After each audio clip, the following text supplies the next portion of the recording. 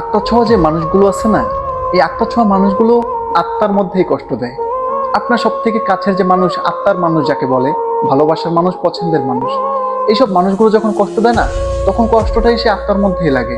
যখন অপরিচিত কেউ, পর কেউ যদি কষ্ট দেয়, ওটা আসলে গায়ে লাগে না, ওটা আমাদের কাছে কিছু মনে হয় না। কিন্তু ওই যে আত্মার মানুষটা, ভালোবাসার মানুষটা আমাদের যে থাকে, মা বাবা সব থেকে কাছে, তারা যদি কোনো কষ্ট দেয়, নিজের আপন ভাই যদি কোনো কষ্ট দেয়, নিজের আপন সবচেয়ে কাছের বন্ধু বান্ধবরা যদি কোনো কষ্ট দেয়, নিজের প্রেমিকা বা সহধর্মিনী যদি কোনো কষ্ট দেয়, তো কষ্টগুলো ডিরেক্ট আমাদের আত্মায় এসে লাগে। আত্মার মানুষগুলো না কষ্টটা আত্মায় দেয়, পর মানুষটা কখন আত্মায় কষ্ট দিতে পারে না, কারণ তারা আত্মায় থাকে না। যে আত্মায় থাকে, ওই আত্মার মধ্যে সেই আত্মার ব্যক্তিটাই কষ্ট দেয়। তো আমরা কেউ আমাদের কাছের মানুষগুলোকে কষ্ট না দিই।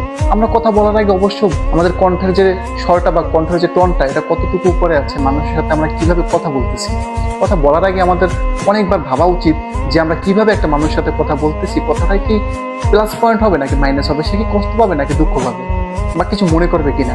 প্রতিটা কথা বলার আগে একটু ভদ্রভাবে আচার ব্যবহারটা ঠিক রেখে আমাদের কথা বলাটা উচিত, কারণ এটা খুব ইম্পর্টেন্ট। একটা মানুষ না একবার যদি আঘাত পেয়ে যায়, সে আঘাতটা সহজে মোছা যায় না। তো আমরা সবাই নিজেদেরকে ঠিক করব। ভালো থাকবেন সবাই। আসসালামু আলাইকুম।